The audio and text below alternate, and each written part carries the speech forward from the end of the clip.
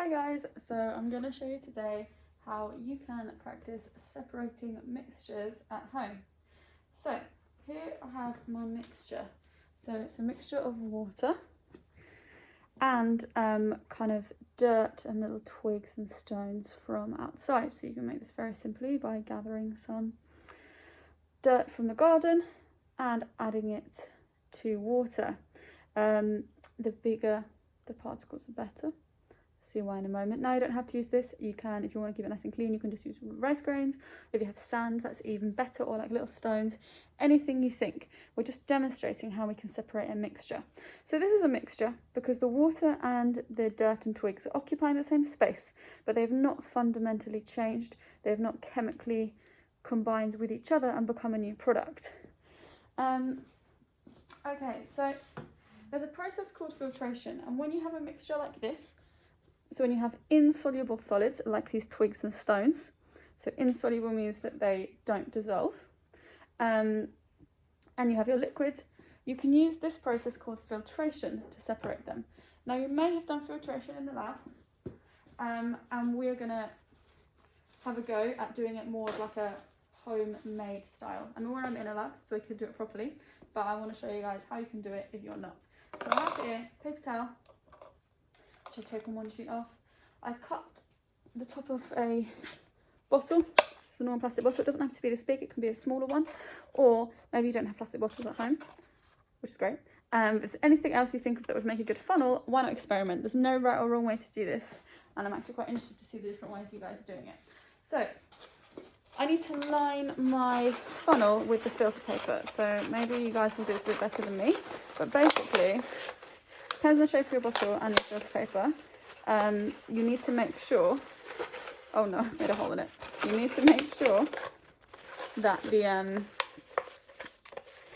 filter paper is fully lining your funnel, and especially that going all the way down to the bottom so that no water or anything can pass through without first having to go through your filter paper.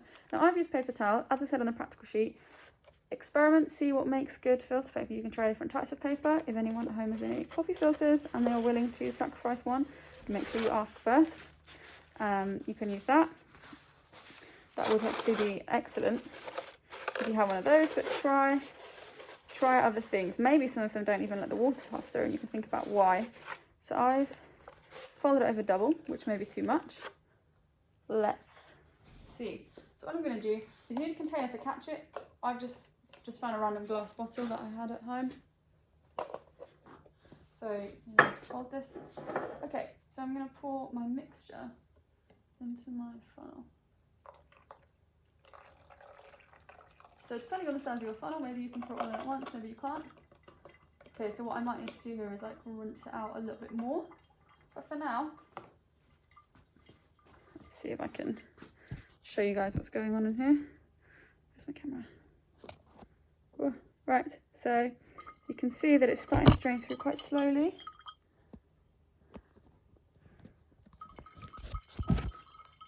Oops.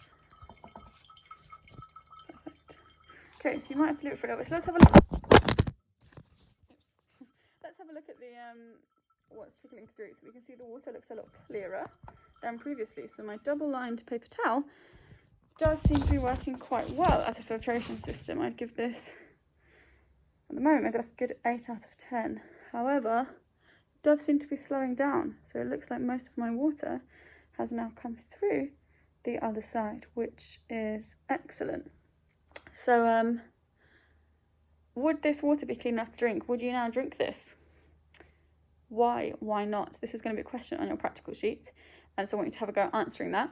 And also think, if you wouldn't drink it, what else could you do to this to make this drinkable, and why? So I want you guys to have a go at this at home. If you can put a picture of your water before and your water after, and what filtration equipment you used, if you're able to do that, that would be wonderful.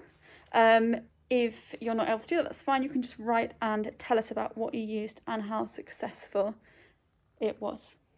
Also a great excuse to go outside and maybe collect some things to filter. Yeah, I'm really interested in the different types of filter paper because they might let through different things. So yeah, please let us know and have fun.